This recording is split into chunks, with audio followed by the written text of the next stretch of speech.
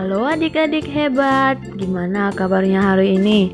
Semoga kalian semuanya tetap sehat dan bahagia ya. Masih semangat belajar bukan? Nah, kali ini kita akan belajar tentang perkembangbiakan tumbuhan secara generatif. Yuk, kita mulai belajar. Pertama, setiap tumbuhan memiliki kemampuan untuk berkembang biak. Salah satu tujuan tumbuhan untuk berkembang biak adalah untuk melestarikan jenisnya. Nah, secara umum, perkembangbiakan tumbuhan ada dua cara, yaitu cara pertama, secara generatif. Perkembangbiakan secara generatif adalah perkembangbiakan tumbuhan melalui proses perkawinan atau penyerbukan antara benang sari dan putik. Yang kedua, secara vegetatif, yaitu proses perkembangbiakan tumbuhan tanpa ada proses perkawinan antara benang sari dan putik. Nah, perkembangbiakan generatif ditandai dengan munculnya bunga. Di dalam bunga inilah terdapat alat reproduksi tumbuhan. Adik-adik yang hebat, perhatikan bagian-bagian bunga ini ya. Bunga lengkap memiliki bagian-bagian sebagai berikut.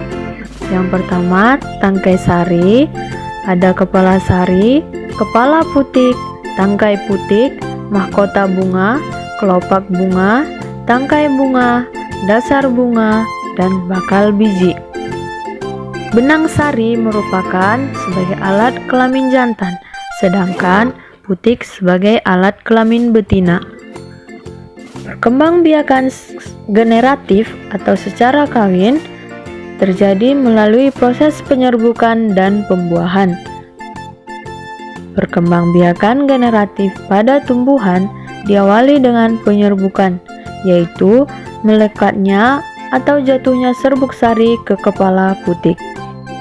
Setelah penyerbukan pada serbuk sari, maka akan tumbuh buluh sari yang menuju ke ruang bakal biji.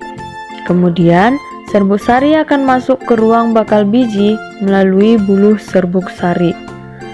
Di dalam ruang bakal biji terjadi pembuahan, yaitu peleburan serbuk sari atau sebagai sel kelamin jantan atau spermatozoid dengan kepala putik sebagai sel kelamin betina atau sel telur. Hasil dari pembuahan adalah zigot. Zigot berkembang menjadi lembaga atau calon tumbuhan baru. Kemudian, bakal biji akan berkembang menjadi biji dan bakal buah.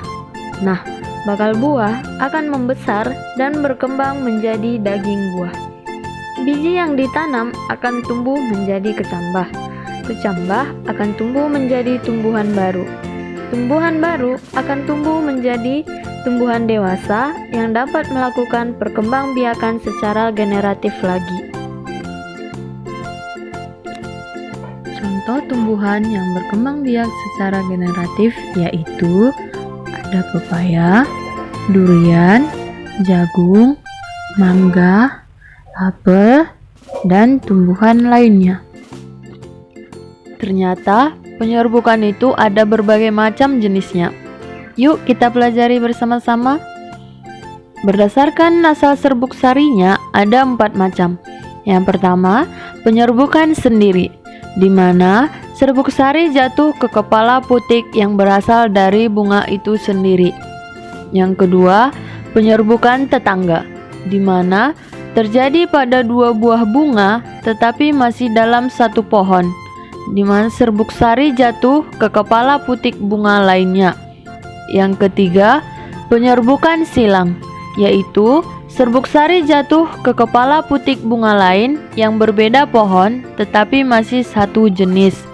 Yang keempat, penyerbukan bastar, yaitu terjadi pada 2 buah bunga yang berasal dari pohon yang berbeda varietas. Contohnya, penyerbukan mangga muda dengan penyerbukan mangga golek.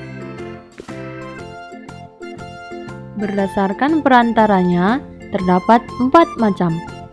Yang pertama, zoidiogami, yaitu penyerbukan yang dibantu oleh hewan, misalnya burung, lebah, dan hewan lainnya.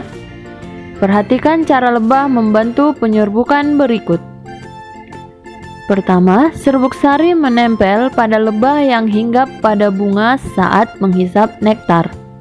Kemudian, lebah berpindah dari bunga satu ke bunga lain yang sama jenisnya. Serbuk sari yang terbawa oleh lebah menempel pada putik bunga lain.